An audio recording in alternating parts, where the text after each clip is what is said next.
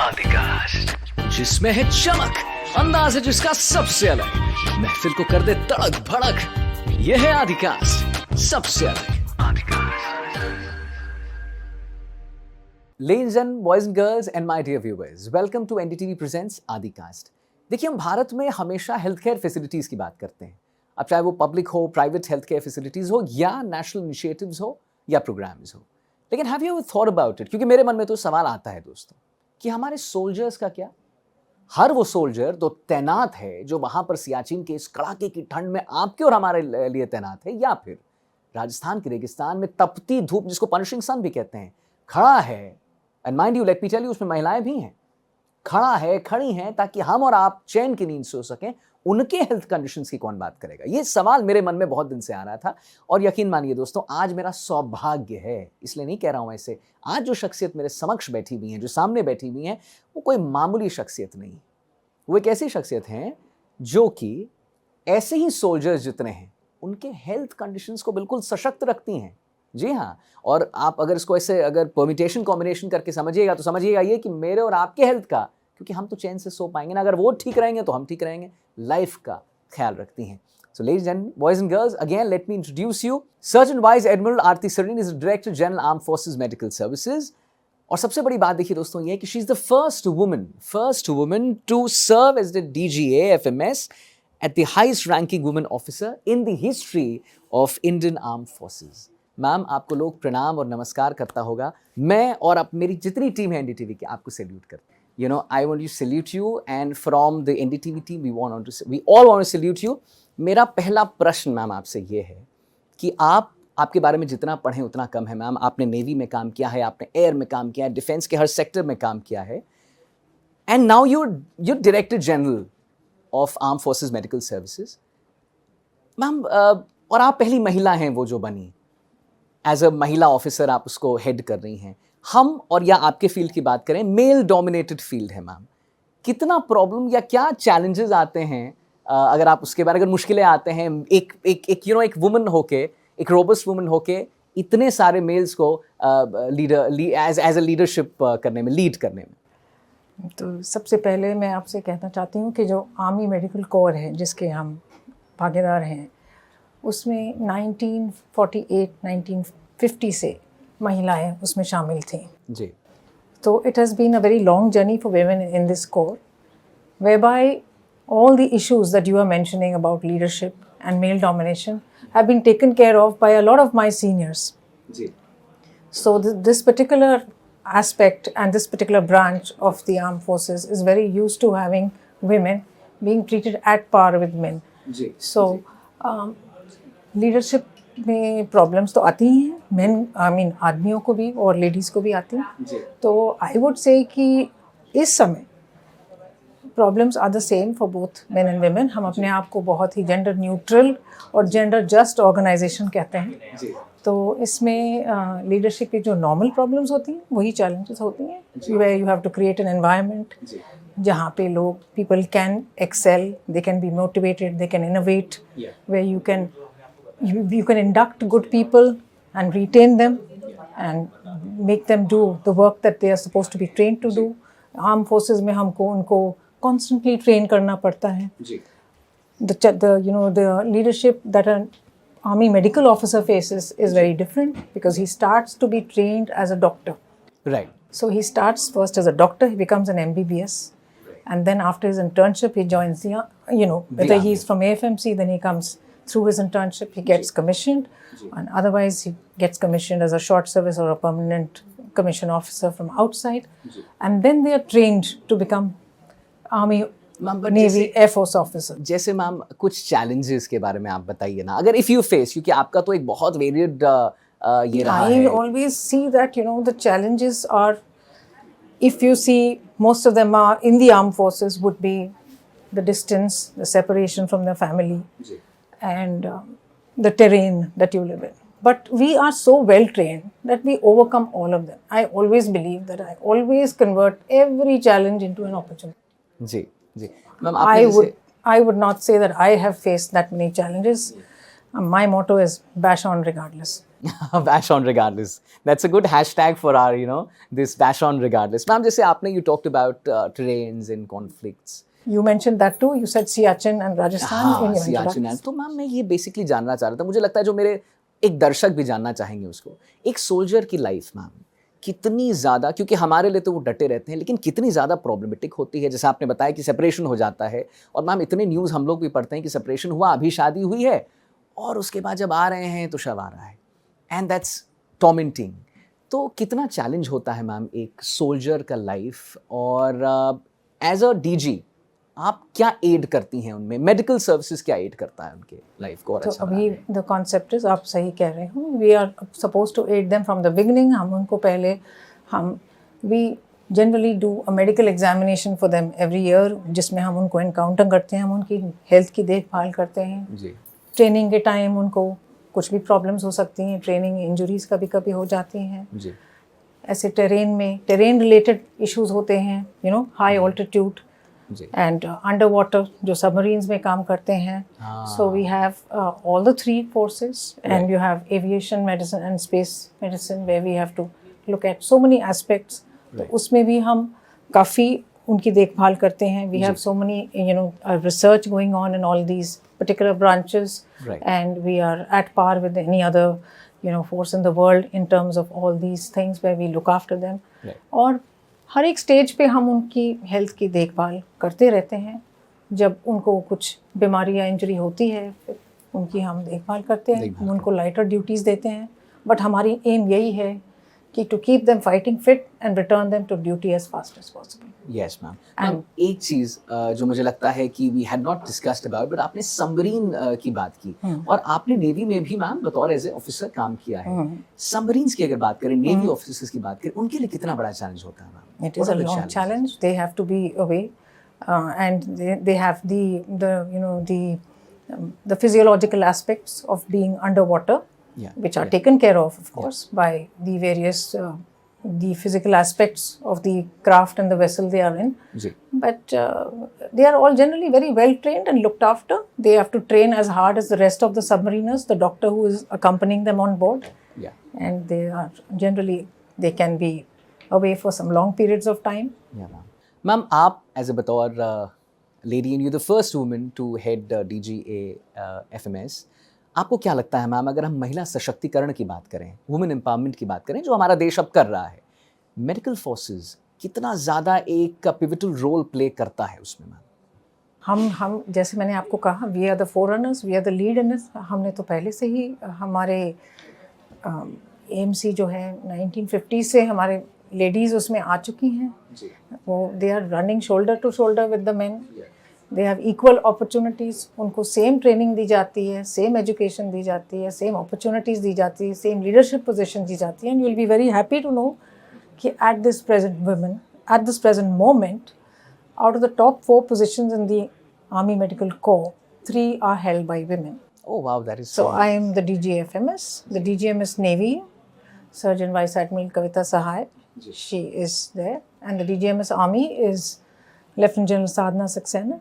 Wow, so that makes us 3 out of 4 top positions. Wow. और ma'am जानती हैं आप, ये एब्सोल्युटली करेक्ट, क्योंकि हम लोग जब न्यूज़ पढ़ते हैं तो हम लोग भी ये देखते हैं कि कैसे, जैसे मैंने बताया मैम जैसलमेर की बात, जैसलमेर से कुछ दूर जो बॉर्डर लगता है, उसमें वुमेन भी हैं जो बाकायदा वो मेरे पास अभी I have more than 12 brigadiers.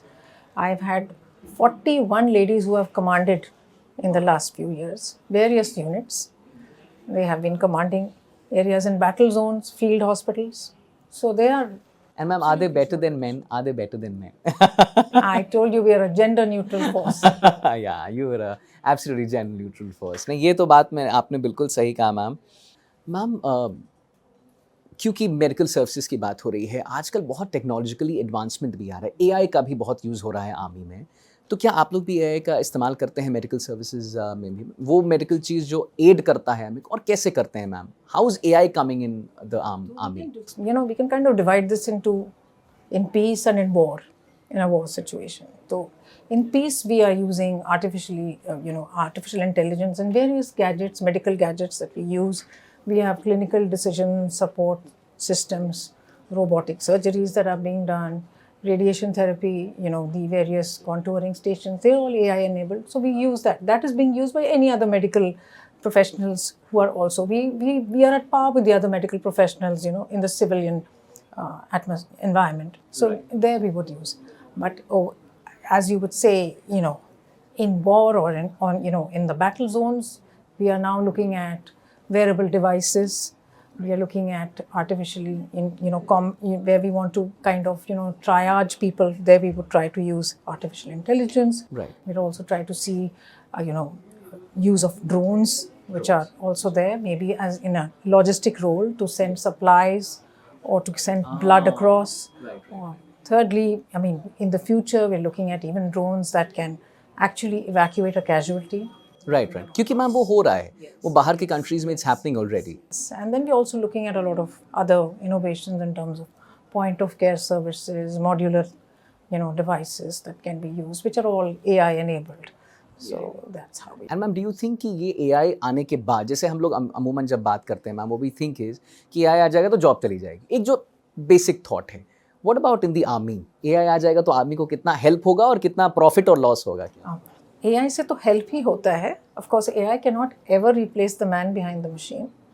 All I would say is AI will not replace the person, but it will only replace persons who don't use the AI. That's exactly what my father also keeps telling me. तो आपको लगता है ma'am कि आज के समय में it is definitely going to help. It helps us a lot. I told you in peacetime, as it is, we are using it for patient management and care. It helps a lot in diagnostics.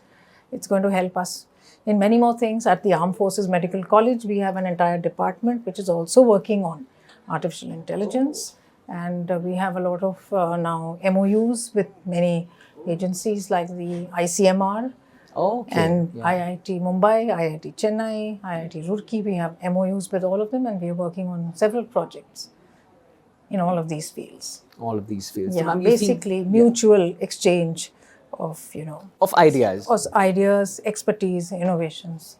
And ma'am, as projects. And ma'am, do you think the medical services is giving that amount of money for these artificial intelligence things that are coming up? Yeah, we are adequately equipped to handle that. Yeah. You are. और ma'am, जो हमारे soldiers हैं उनको भी क्या, अब जैसे यहाँ पे जितने लोग काम कर रहे हैं वो सोल्जर्स ही हैं मैम, तो क्या आपके यहाँ जो इतने सोल्जर्स हैं उनको भी ये बताया जा रहा है कि भाई आप AI सीखिए, AI करिए, Yes. because the future is We there. are introducing IT into a lot of curricula for everybody, and this is a part of that. So they are all aware of it, and they're all using it in some way or the other. Some way or the other. They're using it in some way or the other. Yeah.